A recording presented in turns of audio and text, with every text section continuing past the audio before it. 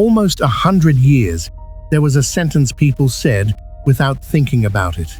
If it ain't Boeing, I ain't going.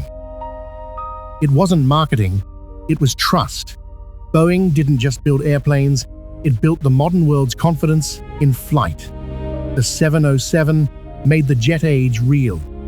The 747, the queen of the skies, shrank the planet and put the entire world within a day's reach of everyone. Boeing engineers even helped put human beings on the moon.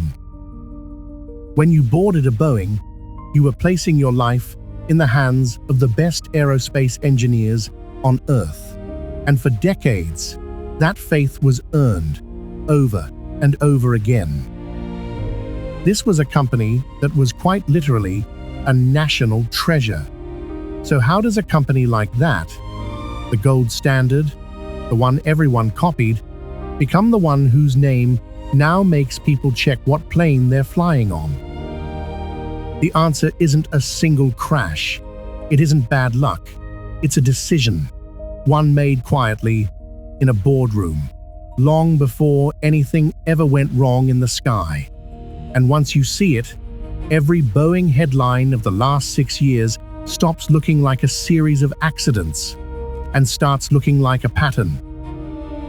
To understand the fall, you have to go back to 1997. Boeing was on top of the world, and its biggest American rival, McDonnell Douglas, was dying, losing the commercial aircraft race so badly it was running out of road. So Boeing bought it, $13.3 billion. On paper, the giant had simply swallowed a weaker competitor. But here's the part that mattered, the part nobody put on a press release. There's an old line that has followed Boeing ever since. McDonnell Douglas bought Boeing with Boeing's money. The two companies didn't just have different planes, they had different souls. Boeing's culture worshipped engineering. Get the airplane right, and the profits will follow. McDonnell Douglas's culture worshipped the share price. Cut the cost, hit the number, reward the investor. After the merger, it was McDonnell Douglas's executives and their way of thinking that quietly took the controls. The signals were everywhere, if you knew where to look. The leadership stopped being engineers and started being financiers. In 2001, headquarters packed up and left Seattle, the city where the planes were actually built, and moved to Chicago, 1,000 miles from the factory floor. The message to every engineer was unmistakable. The people who design the airplane and the people who run the company are no longer in the same room. For a while, none of this showed up where you could see it. The planes already in the sky were Boeing planes, designed the old way, by the old culture. The rot was real, but it was invisible. It was waiting for the moment the new Boeing had to design something new under pressure. That moment had a name, the 737 MAX. In 2010, Boeing's nightmare arrived from Europe. Airbus announced the A320neo, a re-engined, far more fuel-efficient version of its best-selling jet. It was a threat aimed straight at Boeing's cash cow, the 737. And almost overnight, airlines started lining up to buy the Airbus instead. Boeing had a choice. It could design a brand new airplane from scratch, the right way, the slow way, the expensive way, and take years to do it. Or it could take its half-century-old 737, bolt bigger, more efficient engines onto it, and rush it to market to stop the bleeding. The new Boeing chose the shortcut. But those bigger engines changed how the airplane handled. They could push the nose up at the wrong moment. The clean engineering answer would have been to redesign the aircraft or to retrain every pilot. And retraining costs airlines money, which makes the plane harder to sell. So instead, Boeing added a piece of software, a system called MCS, designed to quietly push the nose back down on the pilot's behalf. And here is the decision that everything turns on. To protect the selling point that this was just another 737, needing no expensive new training, Boeing chose not to fully tell the pilots that this system even existed. A powerful piece of software capable of overriding the human in the cockpit that most pilots flying the airplane had never heard of. It got worse. For decades, the people who checked Boeing's work were government regulators at the FAA. But over the years, the FAA had handed more and more of that oversight back to Boeing itself, letting the company, in effect, help certify its own airplanes. The referee had quietly handed the players the whistle. The new culture had built a plane to win a sales war. The cost of that decision was about to come due, and it would be paid by people who had never heard the word MCAS in their lives. On the 29th of October 2018, Lion Air Flight 610 took off from Jakarta. Minutes later, the software the pilots didn't fully understand began pushing the nose down. They fought it again and again, and they lost. 189 people were gone. Boeing's response was, in effect, that the airplane was safe, and the pilots had failed. Then, on the 10th of March 2019, it happened again. Ethiopian Airlines Flight 302 fell from the sky 6 minutes after takeoff. 157 more people, 346 lives across 2 flights, tied to the same system and the same decision. This time, the world did not wait for Boeing. Country by country, aviation authorities grounded the 737 MAX until every single one was sitting on the ground. The grounding would last more than 20 months. And as investigators dug in, the story Boeing had told, that this was about foreign pilots, collapsed. Internal messages surfaced of employees describing the airplane in language no one is ever supposed to use about something that carries passengers. One wrote that the MAX had been designed by clowns, who in turn were supervised by monkeys.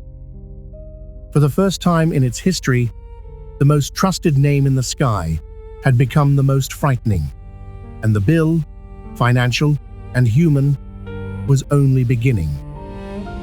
When trust breaks, it doesn't break cheaply. The direct cost of the grounding alone reached around $20 billion.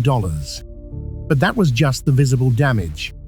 In 2021, Boeing agreed to a settlement of more than $2.5 billion over how it had hidden information from regulators. Orders evaporated. And in a humiliation that would have been unthinkable a decade earlier, Airbus, the European challenger, overtook Boeing to become the largest aerospace company in the world. Step back, and the number is staggering. Since the crashes in 2019, Boeing has lost more than $35 billion, not in market value, in actual losses, year after year after year. A company that once printed money had forgotten how to be profitable, because it had forgotten the very thing that made it profitable in the first place: building airplanes people trusted without thinking about it. The chief executive who had presided over the crisis, Dennis Muilenburg, was fired at the end of 2019. But replacing the man at the top doesn't replace the culture that produced him. And the world was about to learn that the 737 MAX wasn't the disease, it was just the first symptom. If the MAX had been a one-time failure, Boeing could have called it a tragedy and moved on. The problem is what came next. January 5th, 2024. Alaska Airlines Flight 1282, a nearly brand new 737 MAX 9, climbs out of Portland. Then a panel called a door plug blows clean off the side of the aircraft in mid-air.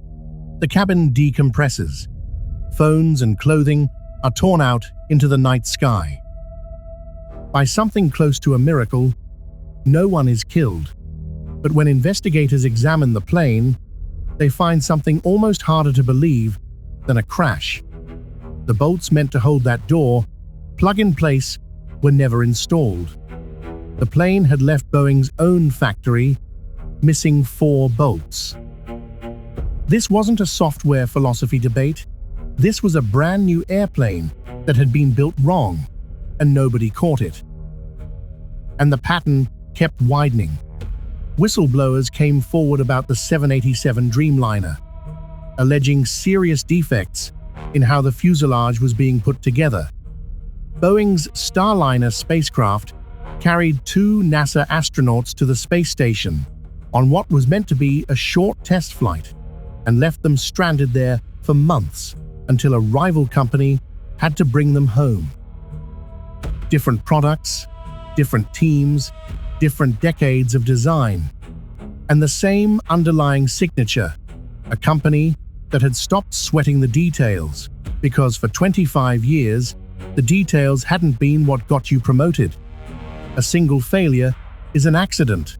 A pattern is a culture. So, where does that leave Boeing now?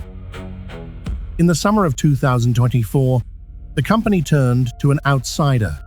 Kelly Ortberg, a veteran engineer, brought in to do one thing: fix the culture. He moved back toward the factory. He started talking again about engineering, but the hole he inherited was enormous. To survive, Boeing had to raise around $24 billion. It announced it was cutting roughly 17,000 jobs, about 1 in 10 of its entire workforce.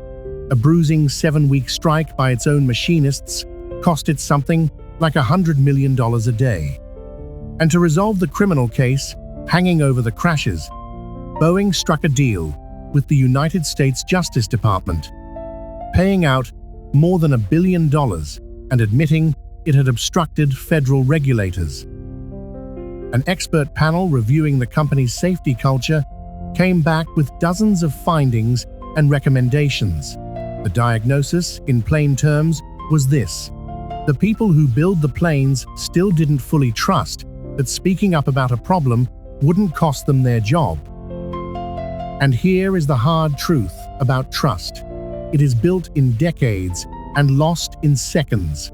Boeing spent 80 years earning the words, "If it ain't Boeing, I ain't going." It spent about 2 decades quietly trading that trust for a higher share price. And now it has to spend who knows how long trying to buy it back, knowing the next mistake won't be measured against an unknown company, but against the legend it used to be. Boeing's story isn't really about airplanes. It's about what happens to any great institution when the people counting the money win the argument against the people doing the work. The engineers didn't forget how to build planes. They were simply told, for 25 years, that something else mattered more. The company that defined flight is still flying. The only question left is the one every passenger now quietly asks, just before takeoff. The question Boeing built its entire empire by answering, and then forgot. Can I trust you?